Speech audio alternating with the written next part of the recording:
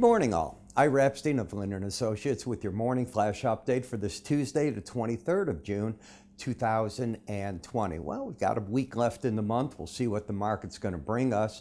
You know, last night there was wild action in the marketplace. Peter Navarro was on a Fox show and he was asked about China, the trade deal, and he was asked basically where he's at on the trade deal, and he let the cat out of the bag, saying the deal's over. Well, he claims he meant that he didn't trust the Chinese to do things because of COVID and so on. The president immediately came on with a tweet, but the initial damage was done and you dropped to 25,514, 3060 and 9972. Even the Russell had dropped. Did they all come back up? You bet on it. And part of that is because we're getting economic data from not only the U.S. but from abroad that's only going to look better. We're coming from the depths of COVID-19. The world had been in a shutdown. If you don't think the economic data is going to be better when you first turn things on, you'd be gravely mistaken. So is the market focusing on COVID-19 outbreaks that are happening in the U.S. and a number of our states setting records? No.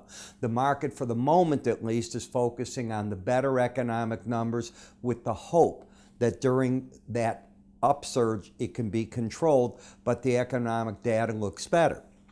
You can see energy prices doing well. No surprise, natural gas, which is in abundance, not doing that well. Grain markets lower on the day, as you can see. Corn hit some downside targets today, maybe get a bounce off of that. Bonds and notes, because of the improvement in the economic data, in my opinion, they are falling at this point, which means real yields rallying.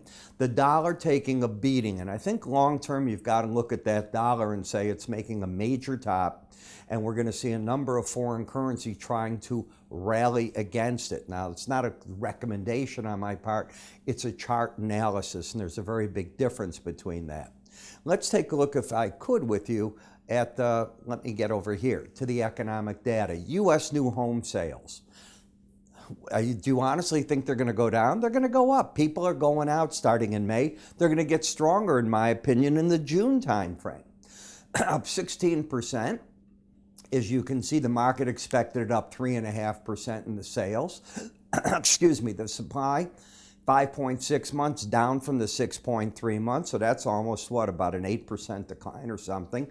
The median price up. There's less supply on the market. Richmond Fed manufacturing, every one of these numbers an improvement, and you should not expect that it wouldn't be that way. It should be, and you want to see these jumps. Then when you go to market groups, U.S. preliminary June manufacturing and service sector PMIs, well, they came in better too, 49.6 versus an expected 48, 46.7 versus an expected 46.5, and retail sales, as you can see, where are they? I don't know that they're going to jump as much as people think.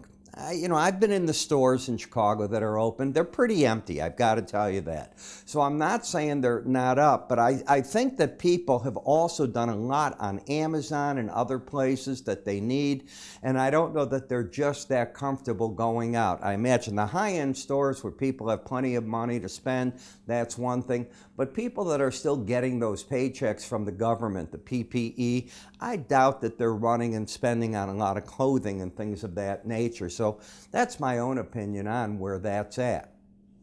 It is Tuesday. We had a big rally in markets. We went to new highs today. Will the market hold by the end of the day? Because often a Monday strong rally leads to a Tuesday break. I'm not saying it will happen. I'm pointing out that that's the probability. We'll see where we go. Metal markets, as I said, the metal markets are in the breakout. I think that the gold's trying to get to that 1800 level. Silver, you'll hear a lot of talk as gold moves up there, that the silver market's probably another metal that is undervalued. And of course, copper, it doesn't have to go anywhere. This 265 area to me seems a good value for the copper market right now. Now, one of the things that I talk about are trading strategies, and our good friends at Modern Trader has put together profitable trading strategies, and I think the importance of this is in any market.